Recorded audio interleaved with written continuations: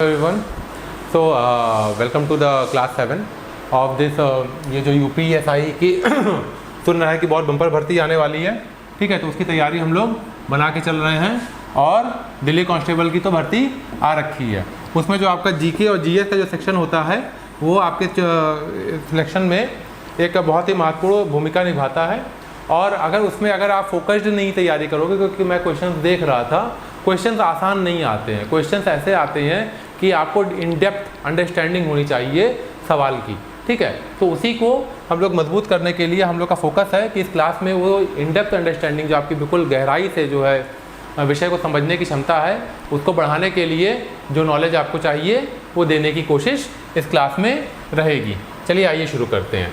अच्छा, एक तो और बात है कि जितने भी क्वेश्चन हम लोग इस सेशन में हैंडल करेंगे वो सारे ऐसे फर्जी कोई क्वेश्चन नहीं है। जो भी क्वेश्चन कहीं ना कहीं किसी एग्ज़ाम में, वनडे एग्ज़ाम में पूछा गया हुआ है, उसी तरीके के क्वेश्चंस का हम लोग उदाहरण लेके कॉन्सेप्ट को समझने की कोशिश करेंगे। आइए पहला सवाल देखते हैं। देखिए ये भी सवाल जो है, देखिए यूपीएसआई में पूछा हुआ सवाल है, ये एक ना एक बार पूछा हुआ सवाल है। क्या सवाल है?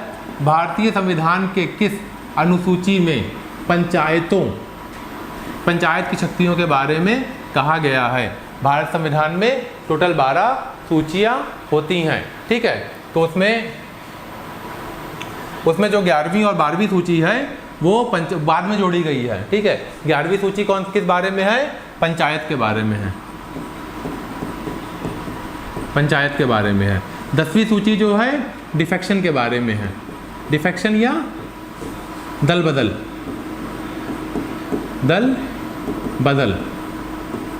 कानून जो आया था उसके बारे में है। 9वीं सूची जो है वो फर्स्ट कॉन्स्टिट्यूशनल अमेंडमेंट से जोड़ी गई थी, बाद में उसको हटा दिया गया था। 8वीं अनुसूची में 24 भाषाएं हैं जो सरकार की तरफ से उनका संरक्षण प्राप्त है कि इनका प्रमोशन सरकार की जिम्मेदारी है, ठीक है। तो पंचायत के बारे में टोटल जो पंचायत के बारे में जो सूची जिसका सवाल पूछा गया वो 11वीं सूची में है और इसमें टोटल 29 विषय हैं, 29 विषय हैं, ठीक है। जो 12वीं सूची है उसमें टोटल 18 विषय हैं। कॉपी पेन लेके बैठिएगा तो अच्छे से नोट्स बनते जाएंगे, फ़ायदा होता जाएगा आपको। अगला सवाल देखते हैं। निम्नलिखित में से कौन सा अधिनियम अनुच्छेद 39D को प्रभावित करने के लिए अधिनियमित किया गया है? सबसे पहले तो आपको ये पता होना चाहिए कि 39D है क्या। 39D निदेशक जो राज्य डायरेक्टिव प्रिंसिपल्स हैं उसका एक अंग है। डायरेक्टिव प्रिंसिपल का अंग मतलब ये होता है कि ऐसे प्रावधान जो देश लागू करेगा जब वो मजबूत हो जाएगा, उसको वो सारे प्रावधान को इकट्ठा करके एक सेक्शन बनाया गया जिसमें डाला गया पार्ट 4। पार्ट 4 में डायरेक्टिव प्रिंसिपल स्टेट पॉलिसीज के बारे में चर्चा हुई है। ये 36 से 51 तक जाता है। 51A जो है वो आपका फंडामेंटल ड्यूटी तक है। इससे पहले जो है वो फंडामेंटल राइट की बात हो रही है। 39D में क्या है? 39D में है क्या? Equal pay for equal work. थोड़ा इसको सही कर दें, ये यानी कि बराबर काम के लिए बराबर का वेतन मिलना चाहिए, ठीक है। तो ये कैसे होगा?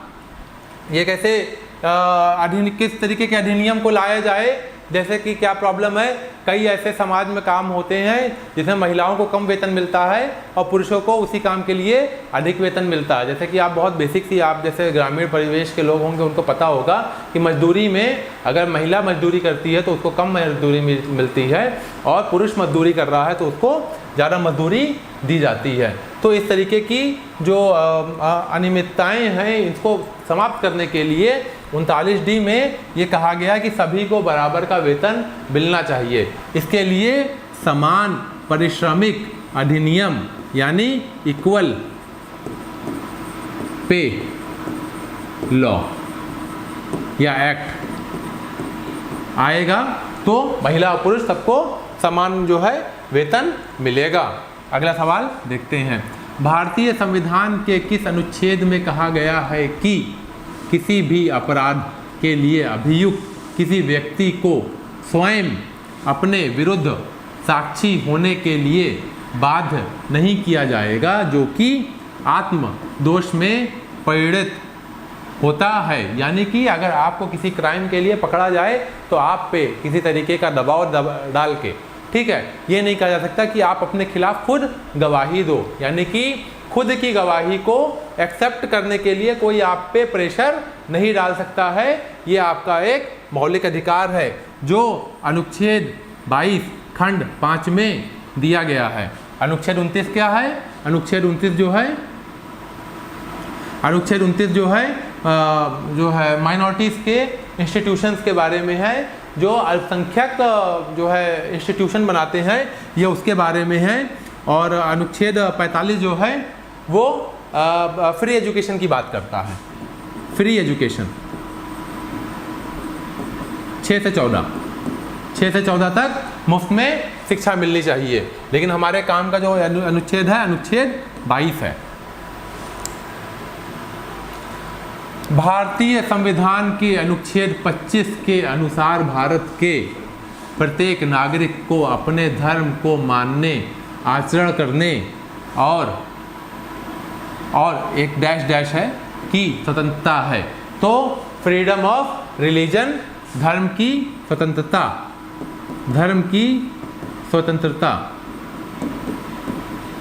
स्वतंत्रता, हिंदी थोड़ा टाइट है हाथ हमारा, उसमें आप समझने की कोशिश कीजिएगा, ठीक है। इंग्लिश में हिंदी मिक्स करके मैं पढ़ाता हूँ। असल में जो है ज़्यादातर जो आप लोग का जो लैंग्वेज है, प्रेफरेंस लैंग्वेज है, वो हिंदी है, इसलिए मैं अपने सारे वीडियो की लैंग्वेज भी हिंदी रखता हूँ। जबकि हम लोग ने तो इंग्लिश में पढ़ा है, तो इस वजह से थोड़ा मेरे को कहीं दिक्कत आ जाती है। उम्मीद है आप लोग समझेंगे इस चीज़ को, ठीक है। लेकिन क्वालिटी में कंप्रोमाइज़ नहीं किया जाएगा। जो आर्टिकल 25 से आर्टिकल 28 तक हैं, ठीक है, ये धर्म की स्वतंत्रता के बारे में बताते हैं। तो आपके पास अपने धर्म की स्वतंत्रता के बारे में ये है 25वां अनुच्छेद की बात हो रही है। 25 से 28 तक जो भी अनुच्छेद हैं वो धर्म की स्वतंत्रता के बारे में बात करते हैं। इक्वालिटी की बात जहाँ पे होगी, राइट टू इक्वालिटी, वो 14 से 18 तक हैं, ठीक है। फ्रीडम की बात होगी, अगर फ्रीडम की बात होगी, राइट टू फ्रीडम, स्वतंत्रता की बात होगी, तो 19 से 22 तक हैं, ठीक है। 23-24 राइट अगेंस्ट एक्सप्लॉयटेशन की बात करता है। 23-24 जो है एक्सप्लॉयटेशन की बात करता है। और 29-30 जो है माइनॉरिटीज यानी अल्पसंख्यक के हितों की बात करते हैं, संरक्षण की बात करते हैं। देखिए कुछ तो प्रॉब्लम कहीं से हो रही है, अच्छा, ठीक है। तो आपको धर्म की किस तरीके की स्वतंत्रताएं आपके पास में दिया हुआ है। अनुच्छेद 25 में आप अपने धर्म को मान सकते हैं, आचरण कर सकते हैं, ठीक है, और उकसा नहीं सकते हैं, आकांक्षा नहीं कर सकते हैं, समृद्ध करने का कोई अधिकार नहीं है, प्रचार करने का अधिकार है। आप अपनी बात का प्रचार प्रसार कर सकते हैं कि भाई मैं फला धर्म को मानता हूँ, इस धर्म में ये अच्छाइयाँ हैं, लेकिन किसी को उकसाना कि ये धर्म अच्छा है और तुम्हारा धर्म खराब है, ये अनुच्छेद 25 का हिस्सा नहीं है, ठीक है। क्या कर सकते हैं? प्रचार, पॉजिटिव एडवर्टीजमेंट कर सकते हैं, निगेटिव एडवर्टीजमेंट नहीं कर सकते हैं। अगला सवाल देखते हैं। कुछ दशाओं में कार्य करने, शिक्षा और लोक सहायता पाने का अधिकार भारतीय संविधान के निम्नलिखित में से किस अनुच्छेद का सार है? देखिए ये फिर से आपका directive principle of state policy की बात कर रहा है। कौन सा पार्ट है? पार्ट 4 की बात हो रही है। Directive principle of state policy, जो राज्य को निर्देश दिए गए हैं कि भविष्य में आप इस तरीके के कानून बनाइए कि आम जनता का कल्याण हो सके, ठीक है, उसका एक हिस्सा है। कुछ दशाओं की बात हुई है। कौन कौन सी दशा की बात हुई है मैं बता देता हूं आपको। यदि कोई इंसान अनएम्प्लॉयड है, यानी कि बेरोजगार है, यदि कोई इंसान बूढ़ा है, ओल्ड एज में है, यदि कोई इंसान जो है बीमार है, सिक है, ठीक है, या यदि कोई इंसान डिसेबल है,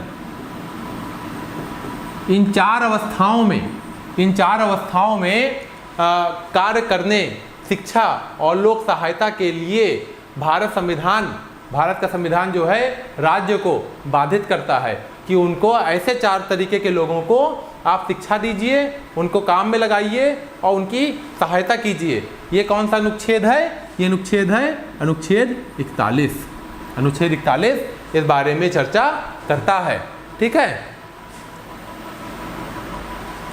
भारतीय संविधान के निम्नलिखित में से किस अनुच्छेद के अनुसार गिरफ्तार किए जाने वाले व्यक्ति को गिरफ्तारी का आधार जानने का हक है? कौन सा अनुच्छेद ऐसा है जिसमें आपको अधिकार मिल रहा है कि आपको अगर गिरफ्तारी की जाए तो ऐसा नहीं है कि आपको गिरफ्तार करके कोई भी ले जाए, आपको उसका आधार जानने का, भैया हमको जेल में डाल क्यों रहे हो, ये आपका एक मूलभूत अधिकार है, फंडामेंटल राइट है, इससे बिल्कुल नकारा नहीं जा सकता है। तो ये जो है आपका अनुच्छेद 22 में कवर है। अनुच्छेद 110 कौन सा है? मनी बिल है। मनी बिल, 2 तरीके के बिल होते हैं, एक मनी बिल होता है, एक होता है ऑर्डिनरी बिल। ठीक है, मनी बिल में ऑर्डिनरी बिल में Lok Sabha is equal to Rajya Sabha. ठीक है, मनी बिल में Lok Sabha is not equal to Rajya Sabha. Rajya Sabha के पास सिर्फ 14 दिन हैं अपने ओपिनियन को बताने के लिए मनी बिल के उसमें। अगर लोकसभा को सही लगेगा तो उस ओपिनियन को एक्सेप्ट करेगी, नहीं सही लगेगा तो रिजेक्ट कर देगी और मनी बिल को पास माना जाएगा। अगर 14 दिन तक राज्यसभा ने कुछ बताया नहीं कि क्या करना है इस मनी बिल पर, तब भी लोकसभा उसको पास मानेगी और प्रेसिडेंट के पास भेज देगी। ठीक है, और अगर कोई ओपिनियन देती है लोकसभा को राज्यसभा और लोकसभा को वो ओपिनियन अच्छा नहीं लगता है, तब भी उस बिल को पास माना जाएगा जैसा कि लोकसभा चाहती है और राज्यसभा का ज़्यादा पावर नहीं है। ऐसे मामले जिसमें पैसे की बात हो रही है, लेकिन ऐसे मामले जिसमें पैसे की बात नहीं हो रही है, ठीक है, उसके अलावा किसी चीज़ की बात हो रही है, तो उसको ऑर्डिनरी बिल कहा जाता है। ठीक है, अनुच्छेद आर्टिकल 123 जो होता है वो आपका ऑर्डिनेंस मेकिंग पावर है। ऑर्डिनेंस मेकिंग पावर है जो प्रेसिडेंट के पास होता है, यानी कि प्रेसिडेंट अपनी मर्जी से ऑर्डिनेंस दे सकता है। ठीक है, और आपका आर्टिकल 43 जो है article 43 directive principle of state policy का हिस्सा है। और 105 अगर मैं गलत नहीं हूँ तो ये विशेष प्रावधान जो स्पेशल जो एमपीज़ को और एमएलएज़ को राइट्स मिले हैं, ये उसके बारे में बताता है। यानी कि एमपी एमएलए सदन के पटल पे किसी भी तरीके की बात करें, उसका संज्ञान कोई भी कोर्ट नहीं ले सकती है और उनको क्रिमिनलाइज नहीं कर सकती है। ठीक है, वहाँ पे फ्रीडम ऑफ स्पीच एब्सोल्यूट है, फुल फ्रीडम ऑफ स्पीच है। अगला सवाल देखते हैं, भारतीय संविधान का कौन सा भाग अंतर्राष्ट्रीय शांति और सुरक्षा के प्रति राज्य की जिम्मेदारी को संदर्भित करता है? ध्यान रखिएगा, ये एक सवाल खूब पूछा जाता है। यानी कि कोई भारत का संविधान का एक जो है आर्टिकल है, वो आर्टिकल का मैं नाम आपको बता दे रहा हूँ। आर्टिकल 51 इंटरनेशनल पीस की बात करता है। इंटरनेशनल पीस यानी अंतर्राष्ट्रीय शांति की बात करता है, सुरक्षा की बात करता है, और इसकी जिम्मेदारी राज्य पे होगी। यानी कि भारत सरकार राज्यों अंतर्राष्ट्रीय शांति बनाएगी, लड़ाई झगड़ा नहीं करेगी, उकसाएगी नहीं किसी को कि आक्रमण हो या आक्रमण करे। ये किसका हिस्सा है? ये राज्य की नीति के निदेशक तत्व का हिस्सा है, जिसको इंग्लिश में कहते हैं directive principle of state policies. ठीक है,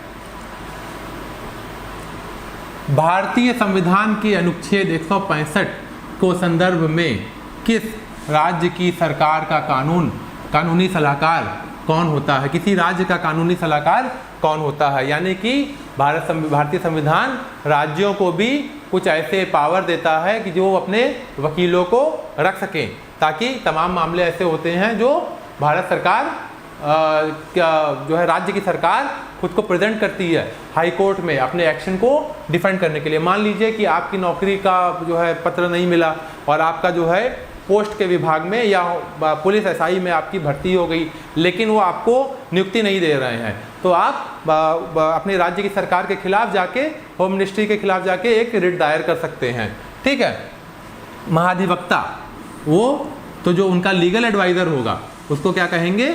महाधिवक्ता। निम्नलिखित में से कौन सा अनुच्छेद कहता है कि राज्य सभी बालकों के लिए 6 वर्ष की आयु पूरी होने तक प्रारंभिक बाल अवस्था देख रेख और शिक्षा प्रदान करने के लिए प्रयास करेंगे? ठीक है, ये एजुकेशन के बारे में बात होती है 45। ये क्या है? ये बदल दिया गया था। पहले क्या था? बाध्य था, सरकार 6 से 14 तक के लिए देने के लिए बाध्य थे, लेकिन अब क्या है? 6 से 14 तक तो राइट टू एजुकेशन में चला गया। ठीक है, 21A में चला गया वो। ठीक है, पूरी कहानी है, हिसाब किताब है। 2 मिनट लगेगा तो मैं आपको समझा देता हूँ। पहले क्या था? ये इस तरीके से नहीं था। 6 से 14 वर्ष की आयु पूरी होने तक 6, जैसे 2 अवस्था होती है, 0 से 6 और 6 से 14, ये प्रारंभिक एजुकेशन हुआ, प्री प्राइमरी, और ये प्राइमरी हुआ। 2 अवस्थाएं हैं। ठीक है, तो पहले क्या था कि डीपीएसपी में लिखा था कि भारत सरकार 6 से 14 वर्ष के आयु के बच्चों के लिए पढ़ाई लिखाई का इंतजाम करेगी, लेकिन भारतीय संविधान संशोधन हुआ और इस हिस्से को, 6 से 14 वाले को, इसको ट्रांसफर कर दिया गया कहाँ? 21A में। 21A जो है राइट टू एजुकेशन की बात करता है, RTE एक्ट पास हुआ था। ठीक है, उसकी बात करता है। तो अब ये जब 6 से 14 वाला हिस्सा फंडामेंटल राइट बन गया, तो अब बचा क्या? 0 से 6 प्री प्राइमरी एजुकेशन की बात हो रही है। और ये कहाँ रखा गया? अनुच्छेद 45 में रखा गया। अनुच्छेद 44 यूनिफॉर्म सिविल कोड की बात करता है। ठीक है, और 43A जो है ये बाद में डाला गया था कि कामगारों का, किसी भी फैक्ट्री के जो कामगार हैं, वर्कर हैं, उनका उसके मैनेजमेंट में हिस्सा होना चाहिए। कामगारों के हिसाब से ही फैक्ट्री चलनी चाहिए, इस 43A बोलता है। भारतीय संविधान का निम्नलिखित में से कौन सा अनुच्छेद राज्यों की महिलाओं और बच्चों के लिए विशेष कानून बनाने का अधिकार देता है? ठीक है, तो ये विशेष कानून जो बनाने का अधिकार है, ये हमारा, ये पहले हम लोग देख चुके हैं, ये रिपीटेड क्वेश्चन है। देखो, इसीलिए मैं पुराने सवाल ईयर के क्वेश्चन इसीलिए करवाता हूँ क्योंकि बहुत ज़्यादा चांसेस है कि आने वाले समय में भी इसी तरीके के क्वेश्चंस को चेंज करके आपको हो सकता है हूबहू क्वेश्चन मिल जाए।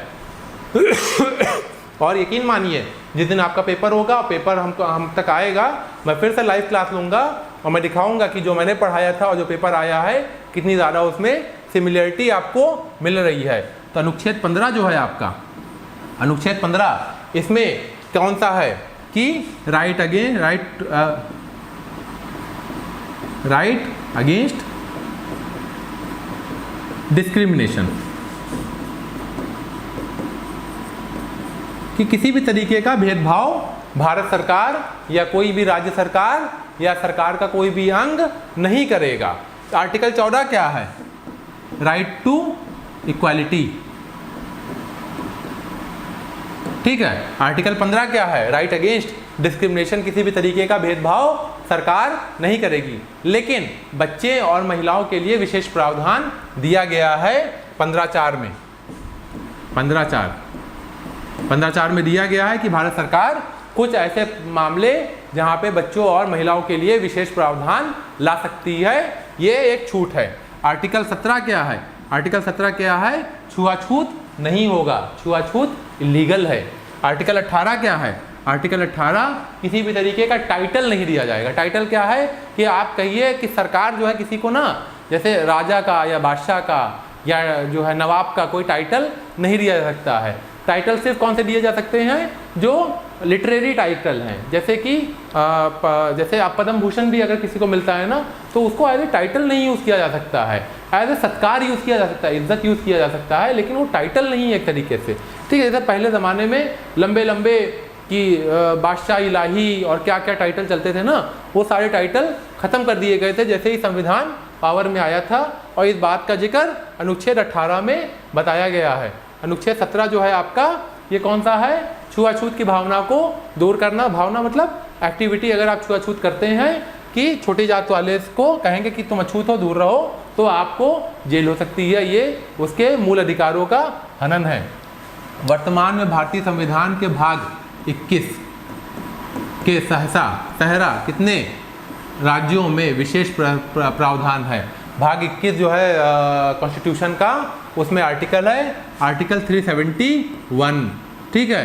371 में अलग अलग राज्यों के लिए कुछ विशेष प्रावधान बनाए गए हैं ताकि ज्योग्राफिकल डाइवर्सिटीज़ को कम किया जा सके और हर एरिया की विकास की ज़रूरतें जो अलग अलग हैं उन अलग अलग ज़रूरतों के लिए अलग अलग कानून बना के वो डाला गया है 371 के तहत भाग 21 में। और टोटल कितने राज्य उसमें कवर हैं? टोटल 12 राज्य उसमें कवर हैं। इसमें तमाम आपका जो पहाड़ी क्षेत्र इलाके हैं, नॉर्थ ईस्ट के जो राज्य हैं और महाराष्ट्र गुजरात जैसे राज्य भी इसमें शामिल हैं।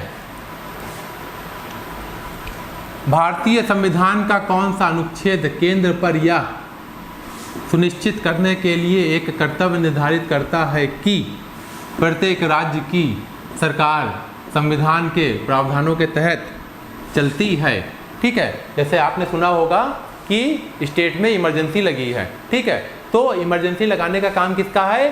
सेंटर का है, केंद्र सरकार का है। तो केंद्र सरकार की ये जिम्मेदारी है किस आर्टिकल के तहत? आर्टिकल 355 के तहत केंद्र सरकार की ये जिम्मेदारी है कि राज्य सरकार में जो उनका राज्य की सरकार का संविधान के प्रावधान के तहत ही वहाँ पे राज्य सरकार चले। अगर कोई राज्य सरकार संविधान के प्रावधान के अनुसार नहीं चल रही है तो आर्टिकल 355 के तहत गवर्नर, उस एरिया का गवर्नर, उस राज्य का गवर्नर प्रधानमंत्री राष्ट्रपति को एक चिट्ठी लिखता है कि भैया देखो यहाँ की जो हिसाब किताब है इस राज्य का वो सही नहीं चल रहा है, आप ऐसा करो इमरजेंसी लगा दो। कौन सी इमरजेंसी लगती है? आर्टिकल 356 में जो इमरजेंसी है वो स्टेट इमरजेंसी है, ठीक है, स्टेट इमरजेंसी वहाँ पे लागू होती है। आर्टिकल 352 है, ये कौन सी होती है? ये नेशनल इमरजेंसी कहते हैं। और एक और आर्टिकल 360 है, ये कौन सी इमरजेंसी है? ये आर्थिक इमरजेंसी है, फाइनेंशियल इमरजेंसी। 3 तरीके की इमरजेंसी आपके संविधान में बताई गई है। 352 नेशनल इमरजेंसी, 356 स्टेट इमरजेंसी और 360 फाइनेंशियल इमरजेंसी की बात संविधान करता है, ठीक है। आर्टिकल 123 कौन सा है? आर्टिकल 123 जो है ऑर्डिनेंस को जारी करने का पावर आपके राज्यों में, आपकी राज्य सरकारों के पास भी, केंद्र सरकार के पास है। भारत संविधान का कौन सा अनुच्छेद प्रत्येक उच्च न्यायालय को अपने संबंधित क्षेत्रीय अधिकार के भीतर सभी न्यायालयों और न्यायाधिकारियों, सैन्य न्यायालयों और न्यायाधिकरणों को छोड़कर अधीक्षक की सत्ता प्रदान करता है? यानी कि जितने भी हाई कोर्ट हैं, राज्य में एक ही हाई कोर्ट होता है, उसके नीचे बहुत ढेर सारी छोटी छोटी कोर्ट्स होती हैं जो आपके जिले और तहसील स्तर पे काम करती हैं। तो क्या कोई एक संविधान का एक ऐसा अनुच्छेद है जो ये कहता है कि भैया जितना भी आपका जो नीचे की अदालतें हैं वो सब हाई कोर्ट के अनुसार ही चलेंगी? ये किस प्रावधान में है? ये आर्टिकल 227 में। आर्टिकल 226 में क्या है? आर्टिकल 226 जो है रिप्लिका है आर्टिकल 32 का। रिट की बात होती है, जो वही आर्टिकल 32 जिसमें आप 5 रिट लेके सुप्रीम कोर्ट के पास जाते हो तो 5 रिट लेके आप हाई कोर्ट में भी जा सकते हो। वो कौन सा आर्टिकल है? आर्टिकल 226। लेकिन डिफरेंस क्या है आर्टिकल 32 और आर्टिकल 26 में? आर्टिकल 32 और आर्टिकल 26 में सबसे बड़ा फर्क ये है कि जब अगर आपका मूल अधिकारों का हनन हो रहा है तभी आप आर्टिकल 32 के तहत जा सकते हो, लेकिन अगर आपके मूल अधिकार के अलावा किसी और अधिकार का भी हनन हो रहा है तब आप आर्टिकल 226 के तहत किसी हाई कोर्ट में जा सकते हो। इसलिए कहते हैं कि article 226 is more powerful than article 32, ठीक है। लेकिन इस मुद्दे का हल जो है 227 है। किसी प्रावधान के तहत भारत का संविधान ये प्रावधान करता है कि भाषाई अल्पसंख्यक समूह के बच्चों को शिक्षा के प्रारंभिक स्तर पर मातृभाषा में शिक्षा के लिए राज्य पर्याप्त सुविधाएं प्रदान करने का प्रयास करेगा। जैसे क्या है कि गांधी जी की क्या सोच थी कि जो आपकी बेसिक एजुकेशन है, प्राइमरी एजुकेशन है, वो आपके प्राइमरी लैंग्वेज जो आपका लोकल लैंग्वेज है उसी में होनी चाहिए, जिसको कहते हैं वर्नाकुलर लैंग्वेज। ठीक है, एक कमेटी भी बनी थी 1938 में, जिसके हेड थे जाकिर खान कमेटी थी 1938 में, जिसने एक रिपोर्ट भी दिया कि जो प्राइमरी एजुकेशन है वो वर्नाकुलर लैंग्वेज में, देहाती भाषा में होना चाहिए। और इस बात को संविधान में भी हिस्सा मिला, और कौन से आर्टिकल में, अनुच्छेद 350B के तहत ये कहा गया कि जो माइनॉरिटीज़ हैं उनके भी पढ़ाई लिखाई का ख्याल किया जाए, अल्पसंख्यक, और उनको भी प्राथमिक शिक्षा उनकी मातृभाषा के में ही दिया जाए। ठीक है, ये राज्य का कर्तव्य है। ठीक है, तो आज के लिए इतना ही काफ़ी है मेरे ख्याल से। आगे वाले के सवाल जो है हम लोग कल और डिस्कस करेंगे। ठीक है, उम्मीद है आपको बेहतर लगा होगा। आप प्लीज़ सब्सक्राइब करिए इस चैनल को, ताकि नए वीडियोस आएँ तो आपको नोटिफिकेशन आता जाए। हम लोग कोशिश ये कर रहे हैं कि एग्ज़ाम से पहले काफ़ी हद तक ये जो पूरा जीके का कोर्स है ये धीरे धीरे करके आपको दे दें टॉपिक वाइज। मुझे ऐसा लगता है, जहाँ तक मेरी ऐसी उम्मीद है, कि अगर आप ये सारे वीडियोस को एक लाइन में लगा के, कभी भी आप जैसे मान लो खाना खा रहे हो या कहीं घूमने गए हो, आपने खोला, कान में ईयरफोन लगा के आपने इस वीडियो को देखना चालू कर दिया, तो आपका बैठे बैठाए रिवीजन होता चला जाएगा। उम्मीद है आपको मेरी बात